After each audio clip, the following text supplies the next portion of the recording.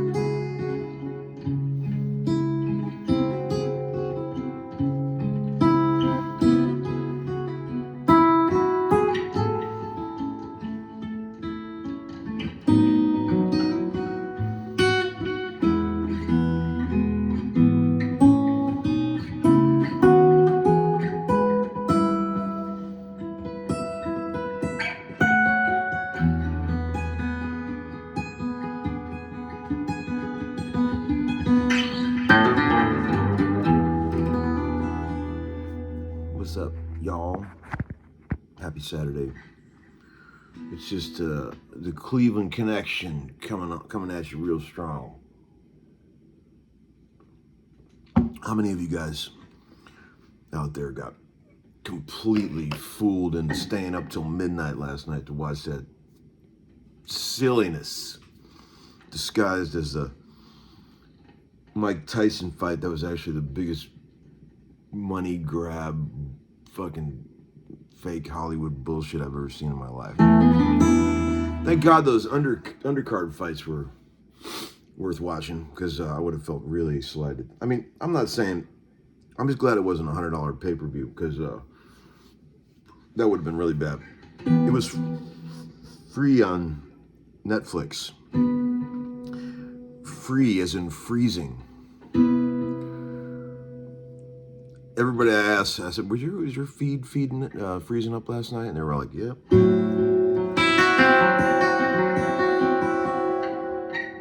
There had to be some reason for that.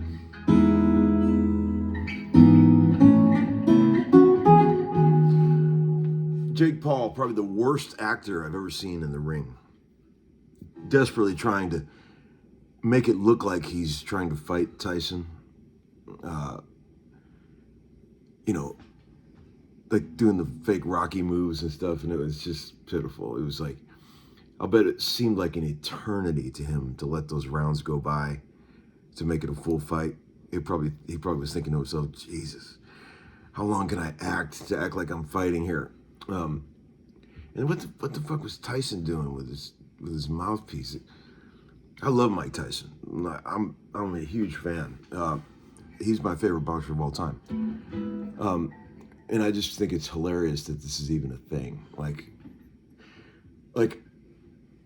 a 25-year-old Mike Tyson, like if those two guys could fight each other in their prime, both of them, it would last for 0.5 seconds.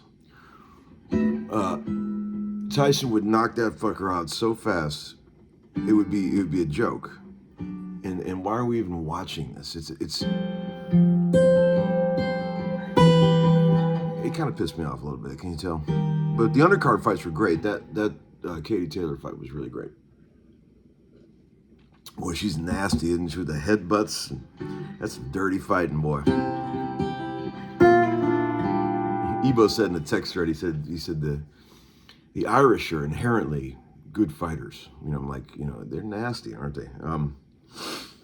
But that was something. But I hope Tyson got a ton of money out of that, because I hope that set him up for the rest of eternity, because you could tell that's all that was. And I'm sure Jake said, here, you can have all the money if you just propel my career by making it look like I beat you.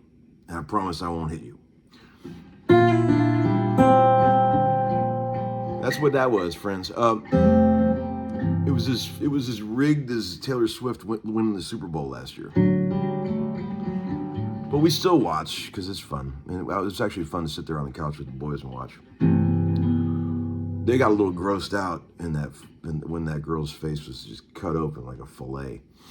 Leo was like, he's like, my whole body hurts just watching that. It was pretty funny. But anyway, I just got done watching the Rick Wakeman thing on this morning. I was watching that, the Rick Beatles thing. Good job, Rick. Killer interview. The stories about his early session days were fascinating. Man, what a time in music, right? I mean, there was so much music being made, so much money in the music business. And what a healthy thing that was. And boy, those guys were milking it. You can hear my voice echoing through the... But this is one of George's new guitars. I love this thing, the Versatar with the thin body. You can get up there and, play like you're, Neil Sean. I remember watching a Journey concert on TV a while ago, and the entire show, Neil never got below the 12th fret. He was just soloing the whole show. I thought it was amazing. Poor Jonathan Cain over there, the only guy playing rhythm. Pretty funny. But anyway, the Wakeman thing was great. I highly recommend you guys watch it. What a sweet guy. He made a living in England over the last several years as a stand-up comic. And He's got a beautiful sense of humor. I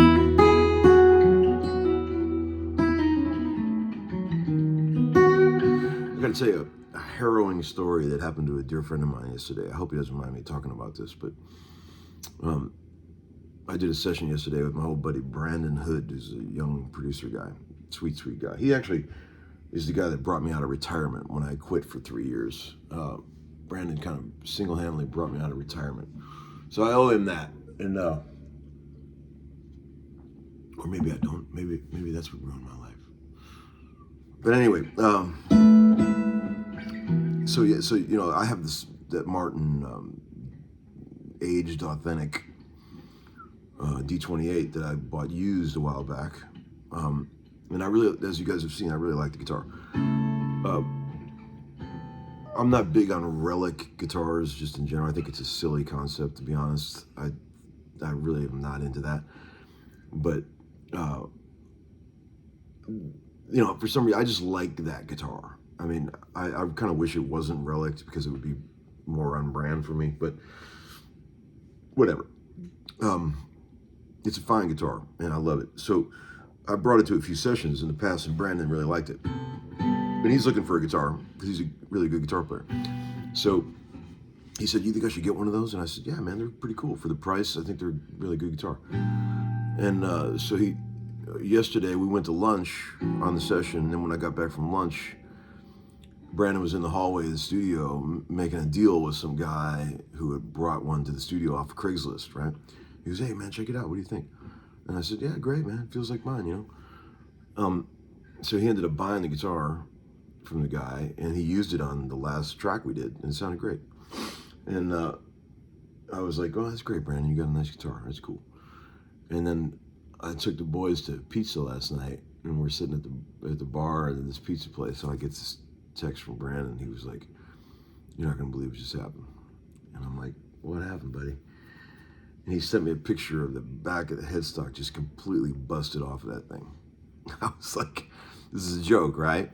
I thought he just found a picture off the internet of a busted headstock. And he goes, "No, dude, this is real." He said, I got home with the thing last night 4 or 5 hours after I bought it. And I was loving it, sitting on the couch playing it. And the pizza guy knocked on the door, and I leaned it up against the couch, and some miraculous way it fell face forward and busted the shit out of that headstock. He said he was so upset he was literally crying, and I said, "Honey, don't cry. Save your crying for down the road when we really need it. We can fix that." So I hooked him up with the boys at Groons. They'll make that go away like it never happened. But I told him to enjoy that pizza, because by the time that headstock repair happens, and probably knocked a couple grand off the value of the guitar, I would reckon, it's probably about a $3,500 pizza that he just had there. And I hope it was good. But poor kid, he was distraught. Sweet Brandon. I felt terrible. But this is just gear, bud. Don't worry about it. I do know that feeling, though, when you first get a guitar that you really like, and you're really enjoying playing it and having fun with it, and you think, now I'll be happy. You know those feelings? Boy, to set one down and go get a pizza and have it busted to pieces, I've never done that. I've dropped a few guitars in my life, but I've never broke the headstock off one. Usually the way I drop them is like it falls off the strap. That's happened to me a few times, but after a couple of those, you'll know, no matter what, there's always got to be one hand on the guitar when you're standing there with a strap, no matter what you're doing. You can go get your beer or shake somebody's hand or whatever, but always have one hand on that guitar, because that strap will fall.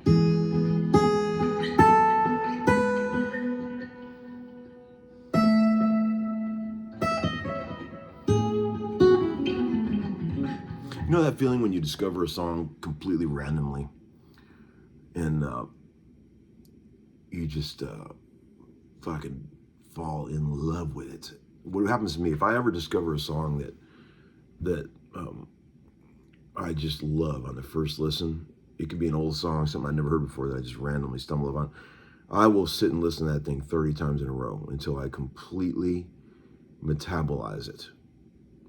I will study it, put it up on the lift in my mind, the CAD drawings, analyze it to death, listen to it 30 times until I've sucked all the juice completely out of it, and then that's it. I basically, there's just a carcass of a song left after I assimilate it.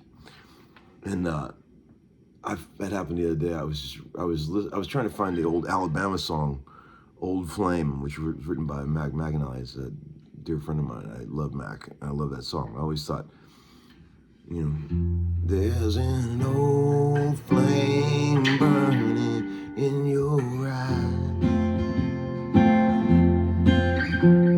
The tears can't drown, and makeup can't disguise. And that old flame might not be stronger. Remember that one? Love that song. Always did. And I was trying to find that, and I saw Juice Newton, "Old Flame." She had a bunch of hits back in the day. Produced by my old buddy Richard Landis, who's since moved on. I loved Richard. And I just clicked out. I thought, oh, she did a version of "Old Flame," but it was a totally different song, just with the same title. There's a million songs called "Old Flame" written by various people, all the same title. And from the first second, I was just blown away by it. Like, the melody just never quits. It's this classic 1980-tastic, super cornball 80s production, but the song just keeps twisting and turning with these great melodies. And I was like, yes, yes, yes, yes, yes, yes, yes. If a song goes by and I keep waiting for it to let me down as it turns every corner, when it keeps delivering and every section just is better than the next, you're just like, fuck, they haven't ruined it. They still haven't ruined it. They haven't ruined it yet. Oh, wow, they didn't go off in some place I didn't want them to go. That song got me, and I was like, played it a million times, and it's super corny. A lot of you guys out there will probably hate it, but those of you out there who appreciate that kind of shit, clever usage of melody and arrangement, cut bars, and her vocal on it is transcendent. I sent it to Gordon, and he hated it. Gordon Mode hated it, but I sent it to a few other friends, and they really loved it. It's very polarizing. Check it out. "Old Flame" by Juice Newton. I know String Locker ain't gonna like it.